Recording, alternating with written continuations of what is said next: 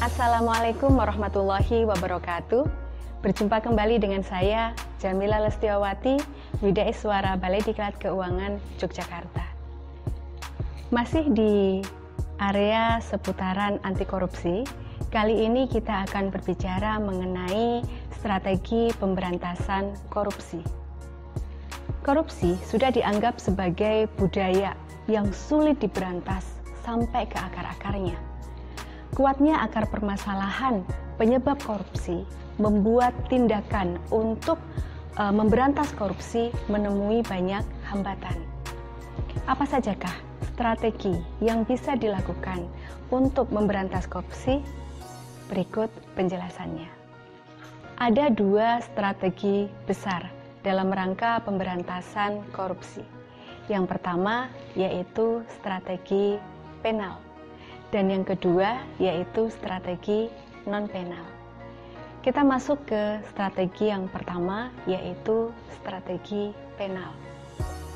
Strategi ini merupakan upaya untuk pemberantasan korupsi melalui sarana atau penal berupa peraturan perundang-undangan sebagai wujud langkah kebijakan.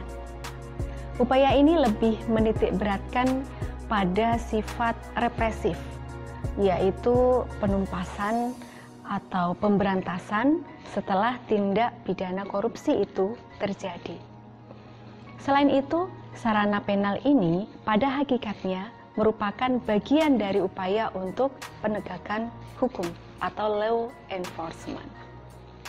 Penanggulangan korupsi dilakukan dengan menyerahkan pelaku tindak pidana korupsi ini kepada aparat penegak hukum, yaitu kejaksaan, kepolisian, dan KPK untuk diproses sesuai dengan ketentuan yang berlaku.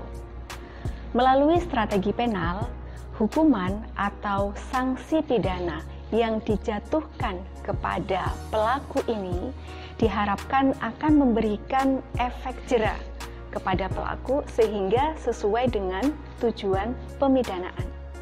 Strategi yang kedua yaitu strategi non-penal, yaitu upaya yang rasional untuk mengendalikan atau menanggulangi korupsi melalui upaya preventif, upaya yang dilakukan sebelum tindak pidana korupsi itu dilakukan. Dengan cara apa? Yaitu dengan cara menangani faktor-faktor pendorong terjadinya korupsi.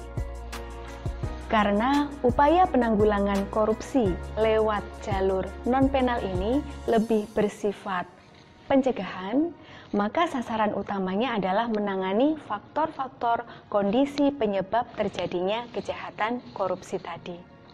Masalahan tersebut menjadi masalah utama atau secara langsung menjadi pemicu terjadinya faktor itu berpusat.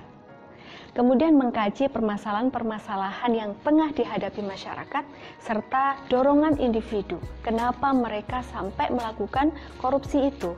Kemudian meningkatkan kesadaran hukum masyarakat sehingga mereka tidak lagi berpikiran untuk melakukan korupsi, baru kemudian menghukum pelaku korupsi itu berdasarkan peraturan yang berlaku.